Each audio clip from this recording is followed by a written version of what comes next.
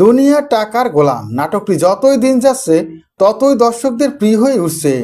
এবার স্মৃতি ফিরে পেয়ে ঋতুকে জড়িয়ে ধরল শেহজাদ খান। এমনই একটি পর্ব দেখতে পাবে দুনিয়া টাকার গোলাম নাটকের দর্শকরা।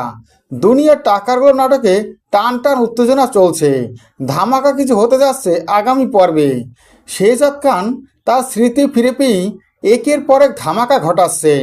একে একে তার শত্রুদের মুখোমুখি হচ্ছে শেহজাদ খান। তবে এবার আরো একটি মহা ধামাকা পর্ব সামনে আসতে যাচ্ছে। ইতিমধ্যে আমরা দেখতে পেয়েছি ঋতু জেনে গেছে শেহজাদ খানই তার গোলাম। একথা জেনে অবাক হয়ে যায় ঋতু। আর তখন ঋতু সিদ্ধান্ত নেয় সে শেহজাদের মুখোমুখি হবে এবং শেহজাদের মুখোমুখি হয়ে আসল সত্যিটা জানতে চাইবে। তাকে কেন গোলাম চিনতে পারছে না, গোলামি যে শেহজাদ এটা এবার বুঝে গেছে ঋতু। তাই তো গোলামের কাছে ছুটে এসেছে ঋতু। আর একটি লোক শেহজাদকে একের পর এক অপমান করতে থাকে। এই লোকটির উপরে খুবই রেগে যায় শেহজাদ খান, রেগে বন্দুক তাক করে।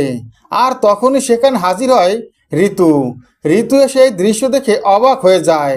ঋতু শেহজাদের মুখোমুখি দাঁড়ায় আর বলে, তুমি আমাকে চিনতে পারছো না, আমি তোমার ঋতু। কথা শুনে অবাক হয়ে যায় শেহজাদ খান।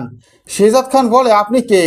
হু আর ইউ? আপনি আমার কাছে কি চাচ্ছেন? তখনই ঋতু বলে, তুমি কেন আমাকে চিনতে পারছো না? আমি তোমার ম্যাডাম ঋতু, তুমি আমার গোলাম, কেন আমাকে চিনতে পারছো না? এই কথা বলি চারটা ছিঁড়ে ফেলে ঋতু।